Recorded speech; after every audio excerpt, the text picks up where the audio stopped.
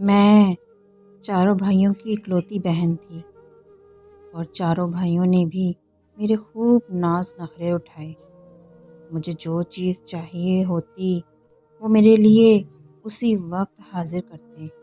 माँ बाप की तो मुझ में जान अटकी रहती। माँ वही चीज़ बनाती जिसकी मैं फरमाइश करती थी। मैं बीमार होती तो अम्मा अब्बा के साथ साथ चारों भाई भी मेरी चारपाई से लगे बैठे रहते थे। जब तक मुझे मुकम्मल आराम नहीं आ जाता, कोई मेरे पास से हिलता तक नहीं।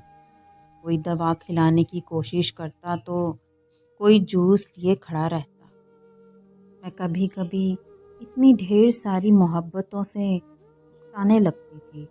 मुझे खुद भी यूं हथेली का छाला बने रहने की ख्वाहिश नहीं थी, मगर इतनी पुरखलूस मोहब्बतों से किसी सूरत फरार भी नहीं चाहती थी। मैट्रिक के बाद आगे पढ़ना चाहती थी, मगर कॉलेज शहर में था, सो अम्मा भी मुझे इतनी दूर अकेले पढ़ने के लिए भेजना नहीं चाहती थी। अम्मा ने घर में ही मुझे सिलाई कढ़ाई सिखाना शुरू कर दी और मैं ये सब बहुत दिल लगाकर सीख रही थी।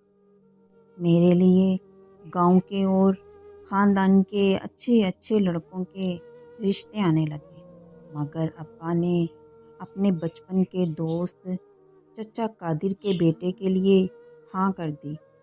आसिफ अपने माँ बाप का इकलौता और वाहिद सहारा था। आसिफ मुझे भी दिल से पसंद था और कहीं ना कहीं वो भी मेरे लिए ऐसा ही जज्बा रखता था। तभी तो उसने अपने माँ बाप को मेरे घर रिश्ते के लिए भेजा था और अब्बा ने भी बिना एतराज़ किए चचा कादिर को हाँ कर दी। रिश्ता तय हो जाने के 6 माह बाद ही मैं आसिफ की दुल्हन बनकर उसके घर आ गई थी। बचपन में तुम्हारे साथ खेलना, बातें करना मुझे बहुत पसंद था।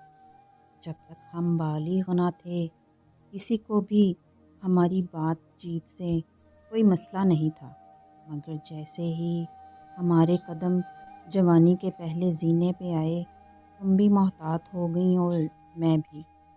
कई बार सोचा कि किसी के ज़रिए दिल की बात तुम तक पहुंचाऊं, मगर तुम्हारी बदनामी ना हो ये सोच के मैं खामोश हो गया। वो मेरे हाथों को नरमी से थामे मुझे अपने दिल का अहवाल सुना रहा था। मैंने नज़रें झुकाए, उसे पा लेने के मोजज़े से पर्दा हटाया। आसिफ, मैं भी तुम्हें तभी से चाहती हूँ और तुम्हें हर नमाज और नफिल में अल्लाह से मांगती थी। हम दोनों को एक होना ही था आरफा। अल्लाह ने हमें एक दूसरे के लिए ही पैदा किया है।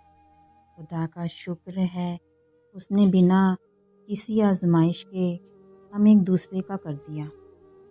घर वालों की तरह ससुराल में भी मुझे हथेली का छाला बनाकर रखा गया। जब तक चचा कादिर और चच्ची शमसा ज़िंदा रहे, मुझे माँ बाप की कमी महसूस नहीं हुई। मुझे दो वाले दिन का प्यार एक वक्त में मैसर हुआ।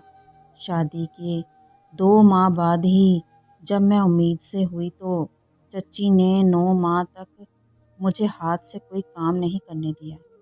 वो किसी छोटी बच्ची की तरह मेरी देखभाल करती। अम्मा अब्बा अलग से मेरे नखरे उठा रहे थे और मेरे चारों भाई दुनिया जहाँ की हर नेमत मुझ पर निछावर कर रहे थे। रोज़ाना ही सदका और खैरात दोनों घरों का हर फर्द दे रहा था। आसिफ भी जी जान से मेरे नखरे उठा रहे थे। मैंने 2 जुड़वा बच्चों को जन्म दिया तो दोनों ख़ानदानों में मेरी कदरों मंजिलत में और भी इजाफ़ा हो गया। फिर तो मुझे खुद भी यही महसूस होने लगा था कि जैसे किसी अमनो अमा के मुल्क की मलिका बन गई थी। वक्त सदा एक सा नहीं रहता। اس کی فطرت میں بدلنا ہوتا ہی ہے، اور وہ بدل گیا۔ 2 بچوں اور وہ بھی 2 بیٹوں کی ایک ساتھ ماں بن کر میں ہواؤں میں اڑنے لگی تھی۔ میری قدر و قیمت میں اور بھی اضافہ ہو گیا تھا۔ میں خود کو سچ مچ کی مہارانی تصور کرنے لگی تھی۔ ایک طرف اماں ابا اور میرے 4 بھائیوں کی محبت تھی، اور دوسری طرف آصف اور چچا چچی کی بے تحاشا محبت۔ میں ان محبتوں کی بری طرح عادی ہو چکی تھی۔ ان میں سے اگر کوئی ایک فرد بھی میرے سامنے نہ ہوتا تو مجھے اپنا دم گھٹتا ہوا محسوس ہونے لگتا۔ مگر آپ چاہیں جتنا کسی کی عادی ہو جائیں، قانون قدرت نہیں بدل سکتا۔